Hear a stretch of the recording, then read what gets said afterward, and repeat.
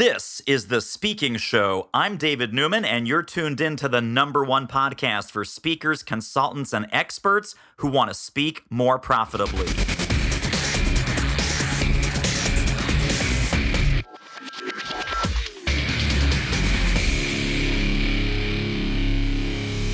I am here with the awesome and amazing Dhairya Pujara. Good to have you, my friend. It's awesome being here, David. Thank you so much for having me here. You are one of the leading minds when it comes to design thinking. Design thinking, and your organization that we'll talk a little bit more about is called the Ycenter. And it's really, I guess, the combination of design thinking, entrepreneurship, a little bit of future trend. I mean, there's all kinds of amazing things here on your website. Give us a little bit of your professional journey of how you came to do what you're doing today. And then let's talk about how speaking and thought leadership ties into that. Sounds great, David. So absolutely, design thinking is my catchphrase of what I do. This is really the word I would use when someone would ask me to explain it to me in 2 words. What do you do? And that's design thinking. I'm a biomedical engineer by training. I got my master's in biomedical engineering, and my 6 years of engineering training was all preparing me to be a problem solver. And when it finally happened, I decided I'm going to take all of this collective experience of engineering to Africa. So here I am, a 24-year-old man from India who just graduated with a master's in engineering in US, heading to the third continent, Africa, to live in a country which I didn't know existed on the map. So that's really the inception of my professional journey of working on design thinking and entrepreneurship and future trends, as you summed it up really well.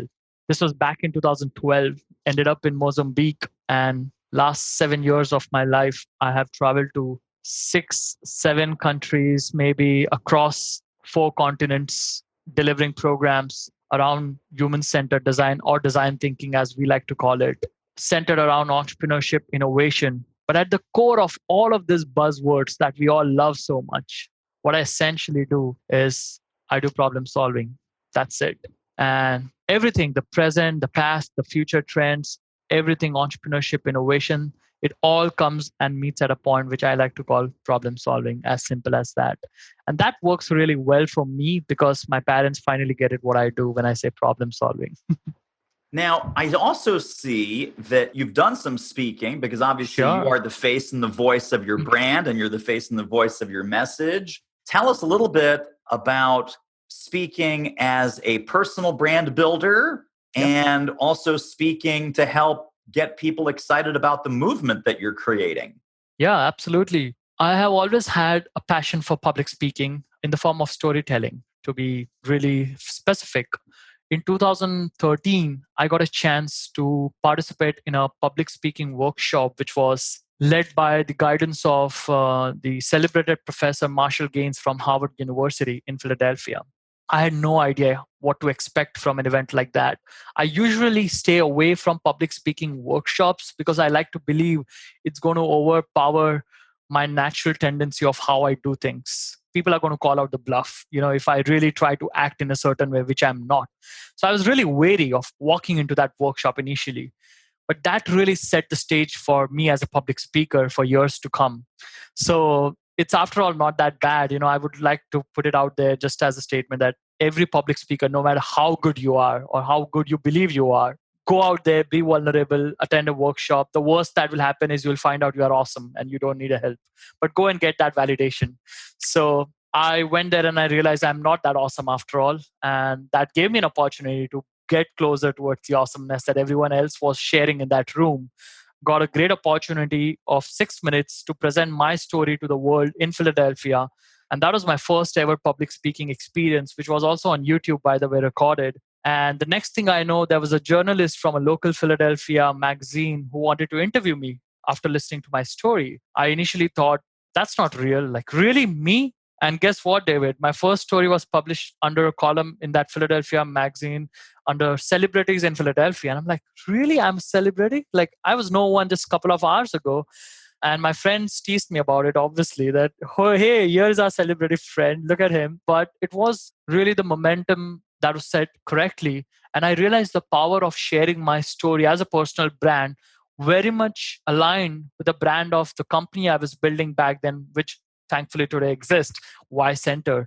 So that is how the inception of my public speaking and personal brand building began from back in 2013. And the journey has since been onwards and upwards.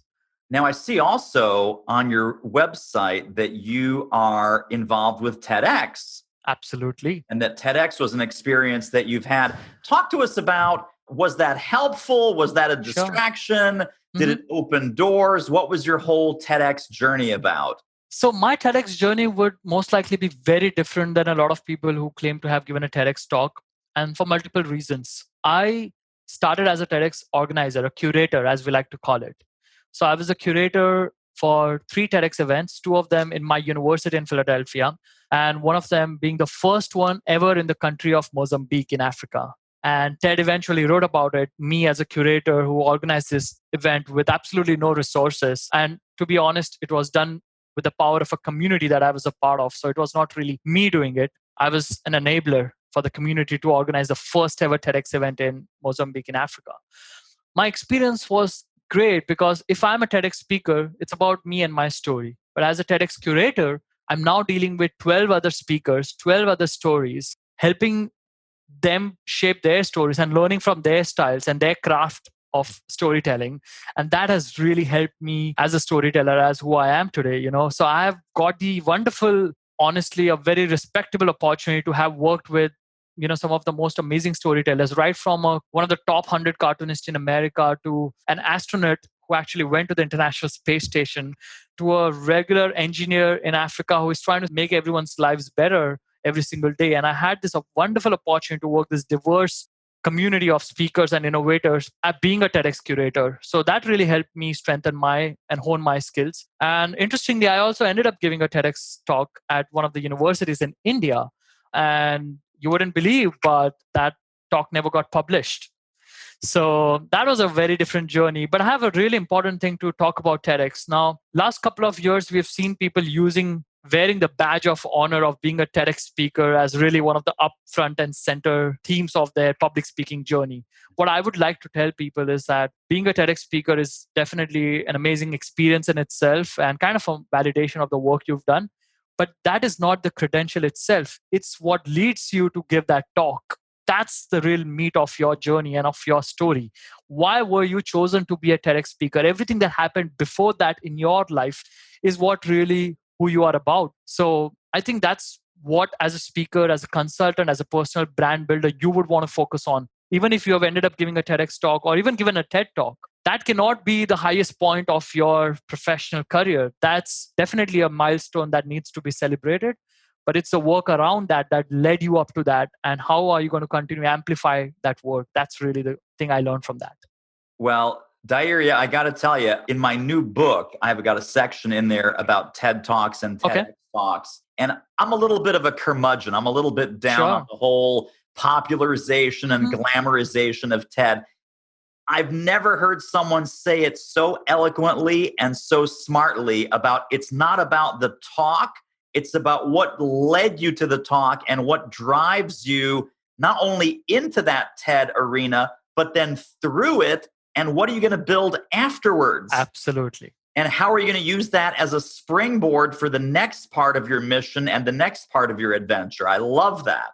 Now, your main business is really a teaching and training and consulting business, correct? Correct. So I'm looking also on the website, and when we look under pedagogy, we've got some learning tracks. Are these online courses, or tell us how you got into the more scalable delivery above and beyond you visiting a company and doing a workshop? Yeah. I love the word scalable. That's something I didn't know of when I first started the company, to be fair. I was really happy with what I was getting. I was getting invited all over the world. I was flying in, doing my workshops, and when I would come back, sit on my laptop, and I would get some great feedback. Hey, can we have you guys come over to South America? Can we have you in this country? Can we have you here? Can you come to our company? And we realized there's just one of me. And maybe I can find 10 more, 20 more, and maybe even build a training curriculum to train more facilitators. But there's a limit to how far we can go with that. There was a point where I had to clearly ask the question, is it only about Dhairya Pujara, the personal brand, or the brand of Ycenter? Because if Ycenter as a company has to be bigger than my personal identity and beyond my personal capacity with what I can do. And that's exactly when we decided we have to start delivering these programs through a much more scalable medium. And the answer was online. So we ended up spending 18 months building our own team and created an online learning platform called E.P.I.C, which stands for Experiential Platform for Innovation and Creativity, E.P.I.C. And E.P.I.C today is used to deliver our programs online, which also makes our program much accessible to communities where we cannot travel. More companies can now benefit. And the most important aspect of this is once I go or any one of Ycenter members goes and delivers a program, we need reinforcement of a lot of learning that happens during this workshop. And our online platform acts as a supplement to a lot of reinforcement of the learning and the training mechanisms that we have now put in place. So Ycenter today, the way it exists is we have a dual model where we deliver our offline training workshops through a business consulting model, almost like running like a big four consultancy firm, but using design thinking as an approach. And then on the other hand, we also have complemented our offline offerings through an online learning platform, which is built start from the scratch, everything in-house. We're not relying on any LMS or any third-party platform. It's all built by our team. And we're trying to bring that experiential pedagogy also to our online learning, because most online learning are very boring. Let's just be honest about it. The retention is terrible. People have the power to just not look at your window and just do something else. I do that all the time. So we had to spend 18 months in figuring out what are the best instructional design mechanisms that can hold people's attention. And we can deliver content in a way that's engaging, but most importantly, rewarding for people who are actually learning with us. Hey, good looking. Are you currently getting paid to speak? Would you like to ramp that up? We can help. Book a confidential speaker strategy call with our team at doitmarketing.com/call, and let's see what we might do together. The call is free, but the results may be priceless. And one of the things that you say on the E.P.I.C page, it's like reading a book, but better, more engaging, more interactive.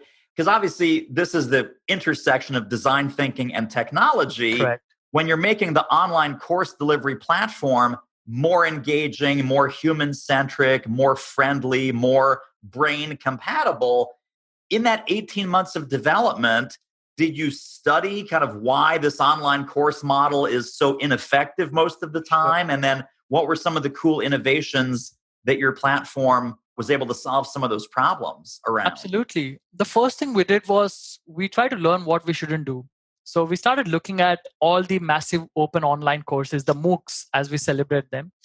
We looked at the why they were created in the first place, the what's and the hows, and we looked at all the Coursera and all the popular marketplace platforms that offers online courses. There was a lot of good things that they were doing, which we got to learn, but a lot of things that we realized why it's not working. Using a human-centered approach, obviously we are talking about innovation and creativity. We teach that. We had to also practice it while we were designing our own product. So we started looking at what are some of the most popular apps that people love. We started looking at Expedia, Skyscanner. We were looking at booking platforms, how people book for vacations, how people access information about what to watch on Netflix. People are engaging with that content all the time. There are some amazing websites that I use every weekend. Okay, I spend more time reading about what to watch on Netflix than on Netflix itself, which we know is something that happens for a lot of us. I'm like, how can we draw that inspiration from some of the most popular websites that people are using to consume news, consuming other forms of content? And how can we use that experience in learning? Why learning has to be boring? Why suddenly when it comes to learning, it looks like a university's LMS learning management system? Why is it not inspired from our social networks or our media channels? So our inspirations were not other online courses. They were actually the places where people are engaged most online, games and all of that. So we learned a lot from that, and we use those principles in our UX and UI, the user interface and user interactions. And I'll be honest, we're still learning from our users every single day. They give us feedback. But the most important thing is that we have given an opportunity for our users to give us that feedback. We do not make an assumption that what we have created, that there is a scope for continuous improvement. And I believe every learning platform has to have that built-in mechanism for allowing the people who've created it to continuously evolve it. Because I believe the world around us is evolving. Everything that we create, especially learning, has to keep up with it. And it was a no-brainer for us to design it that way. Absolutely. Now, Dhairya, is part of what you're working on, will this be available to other people to build courses on your E.P.I.C platform? Wonderful question. So, David, as of now, we are not giving a license to build their own courses on our platform. But if someone has an amazing course that they want to teach, let's say journalism, we work with them on helping them change the way they deliver, because we are using pedagogy. We are still education first company and not a tech first company. We believe technology is just the medium for us to deliver our education. We are focusing on the learning, the objectives. We are focusing on human behavior, how people engage with content. If we find someone, a collaborating partner who wants to build an amazing course, we figure out their content. We still believe that content is not very important. It's the context that matters. Content is cheaply and freely available on the internet today. So we place context over content. We work one-on-one with the collaborators, the learning instructor, and we help them bring their course to our platform. So to answer your question, simply said that, yes, we are open to having other people bring their courses on E.P.I.C, but it's not a plug and play. It is a much more involved and engaging process, which makes it initially a less scalable, but we believe the quality is much higher. Yeah, no, for sure. Now, we could spend the whole show talking about all your fantastic accomplishments, but I want to ask you about the World Economic Forum. Yes. And how that came to be and what the whole global shaper role is that you help them with. How did that come to you? And you're just like this amazing fountain of accomplishments that just one thing after the other. And obviously you've earned each one of these things, but let's talk about World Economic Forum. Absolutely. So World Economic Forum, as we know, is this amazing international organization, almost parallel to something like a United Nations, working on some really hard-hitting, complex global issues. I was always mesmerized by the work Professor Klaus Schwab was doing. I had read about his work earlier through blogs and the books he's put out there. In 2013, I learned about an opportunity that World Economic Forum, which very popularly organizes the Davos, which is called the biggest intellectual spa of our times. Of course, there's a debate around that as well, the effectiveness of Davos. That's a different podcast, I believe, a different episode. For sure. But I was really inspired by the world leaders, the power of bringing everyone together in the same room and having really tough conversations. And while I was figuring out what is my way to get there, how can I get my voice heard, or how can any one of us, young innovators like me, can go out there and learn from these world leaders and actually have our opinion voiced. And I found out that World Economic Forum has started a global community called the Global Shapers. The word shapers, as it sounds, is for people who are shaping the future of the world we live in. And it's a very tight-knit community. It's a curated community, which means they're looking for people under the age of 30 who are doing some extraordinary things to make our community a better place and bringing them together to create solutions for real-world problems. And I had the opportunity to be one of the first members of Philadelphia Community Hub. And I also had the wonderful opportunity to lead the hub in 2016 as a curator, which took me to Geneva to represent Philadelphia as a city and talk about all the problems we faced in our city and what can young people do about it. So that is my engagement with World Economic Forum. And one of the key aspects I also love about WEF is also they put out a lot of publications around the future of work, Industry 4.0. One of my personal inspiration books is The Fourth Industrial Revolution by Klaus Schwab. I use it all the time to design my programs, my talks, and I'm really proud to be a part of that community. And there's some really good work coming out of the leaders who are a part of the Global Shapers community. So let me ask you, we're going to pivot into marketing and sales, because we can have all this amazing knowledge, all these accolades, all these fantastic, amazing things. What have you found to be some of the most effective ways to spread your message, get awareness for what you do, put you in touch with prospects and future clients and future funders of all this amazing work and all these things that you're involved in? How do you market? How do you sell? How do you get the word out about what you do? Sure. I start with the most basic tools. Make sure you have a website and it works and it's optimized for phones. Very, very important. People miss that. Mobile first approach. Have your social media handles ready. Have them consistent naming wise. Those are some basic rules of communications, external communications, if I may. If it's Ycenter Global, it has to be Ycenter Global everywhere. It can't be something else on a different platform. So we made sure, as a millennial, of course, I use all of these tools personally. And when it came to building my company's brand and using it for marketing and sales, we made sure that we had all the basics in the place. But of course, people still have to find out about you to even get to your social media. There's always a starting point. So we used two strategies. The first one was using my personal stories and personal brand, just like any other entrepreneur who is starting out.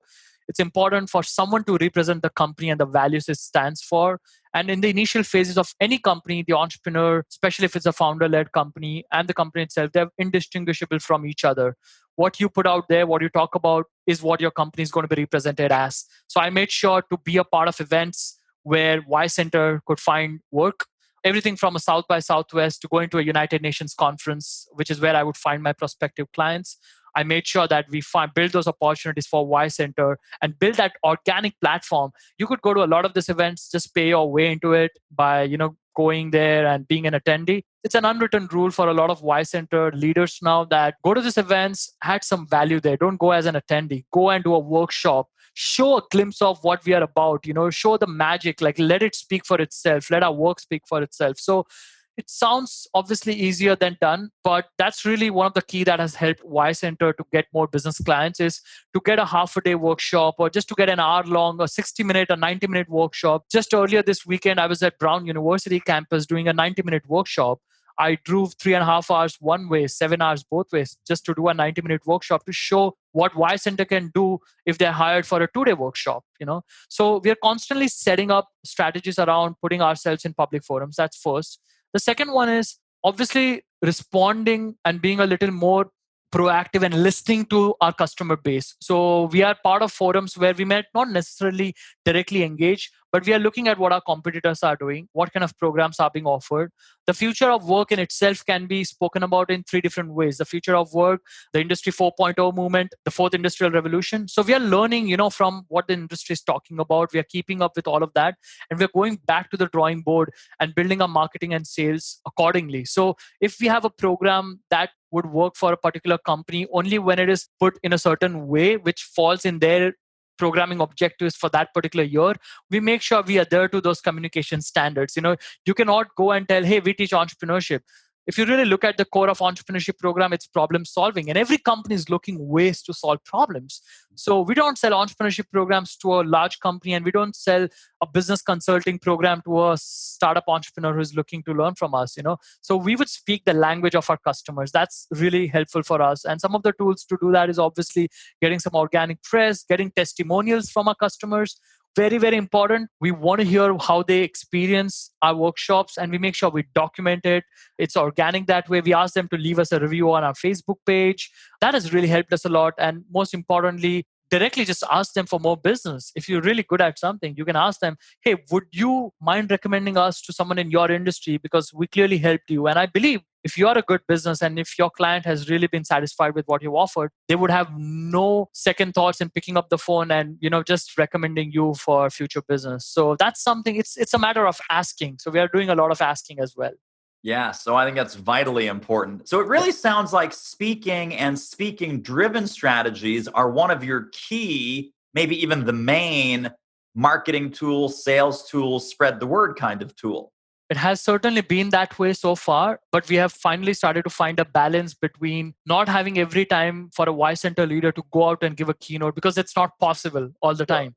So we are now finding a good balance about speaking strategies and also using communications and putting out more case studies, more project results, and just showing our impact about what we've done with other clients and getting more work from that. Right, exactly. Now, I'm also curious, I want to kind of go behind the scenes here because you are a TEDx organizer and a TEDx curator. For the people that might be listening, they say, oh, I would love to do a TEDx talk. My TEDx is on my bucket list. Before I die, I want to do a TEDx talk. With your experience as an organizer, what kinds of things are you looking for? What kinds of speakers and topics attract you? And what kinds of speakers and topics might be repelling you and going, oh, we definitely don't want that? So I'll share with my experience of being a TEDx curator for 3 events now. I think most TEDx curators, and this is also a part of the TED brand at large is that if you look at their tagline, it's ideas worth spreading, not people worth spreading. So first, make sure you have a great idea. We're not looking for you, we're looking for your idea.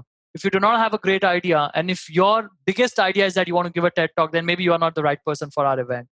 I'm repeating myself here as we started off during the opening of this podcast, is that if giving the TEDx talk is the biggest idea you've come up with, then maybe not. But if your idea is you have created a 50-cent microscope to help people in developing world to fight malaria, we want to hear that story. We want to hear the conflicts in that story, the way you resolve that conflict, and what is your plan for next 10 years. And when I give this example, I'm talking about a scientist from from Stanford, Manu Prakash, who actually has done this in real life, who ended up giving a TED talk, one of my most favorite works, I would say, and of course, a good talk as well. So I think most TEDx curators are looking for your ideas. Make sure, be prepared to talk about your ideas more than about yourself. That's number one. What not to do is TEDx curators are not looking for someone to sell their business. Or for that matter, most speaking engagements that you would end up getting is not the right place to sell your business. Maybe you can share about it. There's a huge difference between sharing and selling. Things will sell itself. Right. So we really want people to understand that they have to take this as a sharing approach where you genuinely have a compulsive need that, hey, the world needs to know about the awesome thing I'm doing in my garage or in my lab. If that's the passion you are bringing to your narrative, then you are probably one of the speakers we are looking for.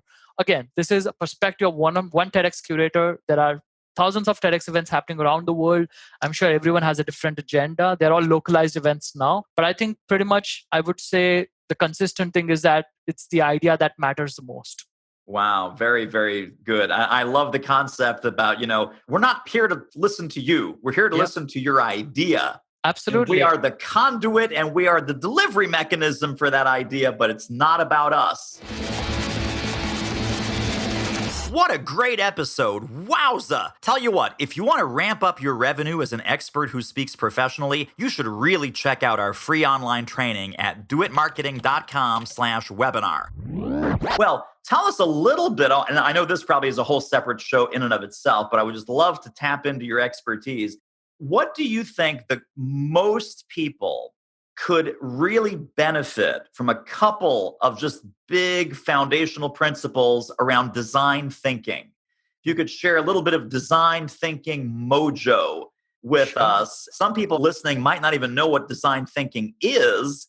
So let's start with a definition, and then let's start with just maybe 2 or 3 of your favorite applications of how to solve problems in this very exciting, very innovative way that we call design thinking, but they might not realize that, that's what design thinking is. Sounds great. That's a great question, David. So let me start the way my mentor talks about design thinking from where I learned, and he calls it thinking. I love it. Are you thinking? Because most people have this eagerness to jump to solutions without understanding the problem. Right here in this office where I'm having this conversation with you, I have this amazing poster behind me of Albert Einstein. Now, Albert Einstein is a well-celebrated physicist, but for me, he's also a great philosopher. And one of the lines he talked about, which really resonates with design thinking, is that we cannot use the same mindset to solve the problems with which we created them in the first place. We need a different kind of thinking for that. And design thinking allows us to have that non-linear and iterative approach and an empathetic approach to solving problems, not for the people, but with the people. And that's exactly the pivoting point of anyone who wants to use design thinking to create solutions. Stop building solutions for people and for your customers. Listen to them. The lesson number 1 is shut up and listen. Extremely important principle of design thinking. Shut up and listen sounds a little rude, so let me put it in a polite way. Be a little more empathetic. Not sympathetic, empathetic. Have empathy to the people who are going to pay for the product or the service or whatever you're building and you plan to sell them. Listen to them. Do not come from the position of arrogance and ignorance, more importantly, that, hey, I think I've already figured out what they want. And guess what? They might want it, but they might not need it. And these are some of the things design thinking allows us to close: the gap between the need and the want, the gap between designing something for the people and designing with them. And once you do that, and once your solution is ready, I would believe that your customer is much ready to adopt your solution. A lot of companies in today's world are spending millions of dollars in creating this amazing web app or a website or something that they believe is going to change the world. The cliche template of any new startup is, I'm building Dash to change the world. That's it. Like, you can put in anything there and it's going to change the world. And I believe with design thinking, you do not start from that perspective. You are like, what is it that needs to be fixed? Why does it need to be fixed? And why am I the right person to fix it? And I think design thinking gives you a framework, a non-linear and an iterative approach to address some of these questions, to building any kind of a solution. And it's very important to understand design thinking is not a magic wand.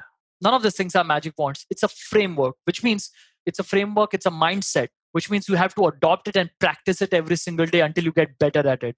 It's not something you can take a class and get a master's degree in. You can be an engineer, you can be a doctor, you might not even have been to a college, and that's fine. Are you a thinker? Are you critically thinking? Are you asking the right questions? Are you asking the Japanese technique of 5 whys? Are you trying to get to the cause of the problem and not trying to put a band-aid solution, which is just solving the symptoms and not the problem itself? And that's the summary of design thinking. My most favorite example, 2 of them. The first one is, this is actually a case study from IDEO, which is the most celebrated design consulting firm in US, also works globally. They talked about hiring a design consultant in an emergency room to redesign the experience of emergency rooms. And if anyone listening to this, just think about the last time you were in an emergency room, and I'm sure not very happy memories come to you. It's delay, it's not knowing, it's being scared, and all of those emotions rushing to you. And they hired a design consultant to redesign this experience in some hospital in California. After 2 weeks, the consultant comes back and shows a presentation of what's wrong with the emergency room before they start designing the solution. Once the presentation begins, after 6 minutes, it's still a white screen, a plain white screen with some noise. There's not really much happening. And the doctors and everyone who hired this consultant, they're frustrated at the point in this presentation. They're like, what's happening? Does the projector need to be fixed? One of those classic problems. Is your computer hooked to the presentation? When is the slides going to show up? And the consultant kept saying, give it a few more minutes and it will show up. And they ended up spending 15 minutes, half an hour, nothing shows up. It's a blank screen with just a lot of noise. And then the consultant steps up and says, I admitted myself into your hospital as a patient in an emergency room, and I put a spy camera to record the experience. And this is me showing you that 30 minutes and no one showed up to me and told me what's going on with me. And imagine if you guys are so frustrated watching the presentation, how frustrated a patient would be sitting there actually not knowing what's going on with them. And this right here is my most favorite example for someone to understand how powerful empathy is as a tool within the design thinking framework. And the second one is not really an example, but more of, if you really want to understand how you began design thinking, if you're given an assignment to design a chair, an engineer would immediately start thinking about all the materials. They would like, what materials am I going to use? How am I going to build this? What's the technology I'm going to use? A designer might start sketching some ideas for the chair and the aesthetics and all of that. But a design thinker will ask, why a chair? And that's really design thinking. That's what it is about. It's about starting from the most fundamental question. Why am I doing this in the first place? If this person is going to be sitting on a beach, they probably need a hammock. They don't need a chair. I don't need to design a chair. And that's when we get, these amazing cushions and a different kind of chairs all around us. And I'm a biomedical engineer, so a quick trivia that anyone can look it up on Google. Comfortable chair is an irony. Human beings are still not evolved to sit with straight backs. So really, if you are ever thinking of designing a comfortable chair, that cannot be achieved. So I think it's better to be a design thinker and ask, why a chair? That's totally fantastic. So everyone needs a standing desk, or maybe a sleeping treadmill desk or something. Yes. Oh, don't even get me started on treadmill, because if you look at the history of design of treadmill, it was used as a torture device for prisoners. Oh no. Yeah. So let's not get there. Okay. I think the question is focusing on the people and not worrying about what we need to create, like why we need to create this and what is the problem we want to solve. Absolutely brilliant. I really, really like that. Well, let me ask you our final couple of questions. The last question is, how do people get connected and stay connected to you and all of your amazing work and courses and programs? But even before we get there, I always like to ask people, what's the next big exciting thing for you in your business? What's the next inspiration? What's the next goal? What's the next project that you can't wait to launch into? Great question. And would it be fair for me to say, I do not know that? And I'll tell you, I know why I don't know that. And that's interesting, because the nature of work I am engaged with at Ycenter is about solving problems. And anything from a climate action issue to gender inequality to access to healthcare is something that excites us at Ycenter. We thrive for problems. We look at a problem and we're like, wow, we got something to work on. We don't shy away from that. So the next big thing for us would be a problem that a company would bring to us. The next big thing that we would create is a university that would come to us and say, we need you to create an entrepreneurship program. Our next big thing is defined by our customers and our clients and not by us internally. And we just make sure we deliver them when the time comes. And so I think that's my answer to the next big thing. Very nice. Even a customer-centric design thinking answer to what's next, what's exciting. Absolutely. Well, Dhairya, tell us how we can get connected and stay connected to your brilliance and everything that is happening at Ycenter, and how we can just stay on your radar and keep an eye on all the great work you're doing. Yes, David, absolutely. So for starters, as I mentioned, we have a website, y-center.org. We have listed all our programs there, a very simple way to contact us. It's very interactive. It's actually an experience in itself to get on our website and reach out to us. So that's number one, the most easiest way. All of the Ycenter leaders are also listed on our About page, and they all have a very good web presence, including myself. So it's very simple to just Google me, Dhairya Pujara, Dhairya, complicated name, Pujara, Pujara. I'm on every platform. I'm accessible. I love to connect with new people, listen to new ideas, and always open for new collaborative opportunities. LinkedIn, Twitter are the most preferred medium to have a professional chat. You want to just keep up with all my travels, there is Instagram. I also do cooking stories, so happy for you guys to come in there. But those are some ways for you to connect with us. And as I said, we are always looking for connecting with brilliant minds and new ideas, and we are looking for challenges. So if you have a great challenge for us, if you have a problem that needs to be solved, we would love to work with you and help you solve that problem while building that design thinking capacity in your organization. So look forward to having a conversation with all of you. Tremendous. And we're going to link all of that up in the show notes when people go to thespeakingshow.com. Underneath this episode, all the links to Ycenter and Dhairya on all of the social platforms and all of the links that he just mentioned. Well, thank you. This was a fantastic interview. We have to have you back. Are you working on a book by any chance? I have been, just like every other author. The answer is yes. And I have written half of it, I would believe. And I am now getting too cautious about what people would think about it, which is what stops you from writing further. But I have restarted writing it. And the most important aspect is I'm still writing. So I'm writing it on our blogs. I haven't stopped creating content. So we're still writing everything on our blogs and creating videos. But yes, I'm writing a book, and hopefully, David, when it's ready, I will let you know and we can have a whole show about that. I like it. That is a deal. Awesome. Thank you for being on with us. Thank you, David, for having me. What a pleasure.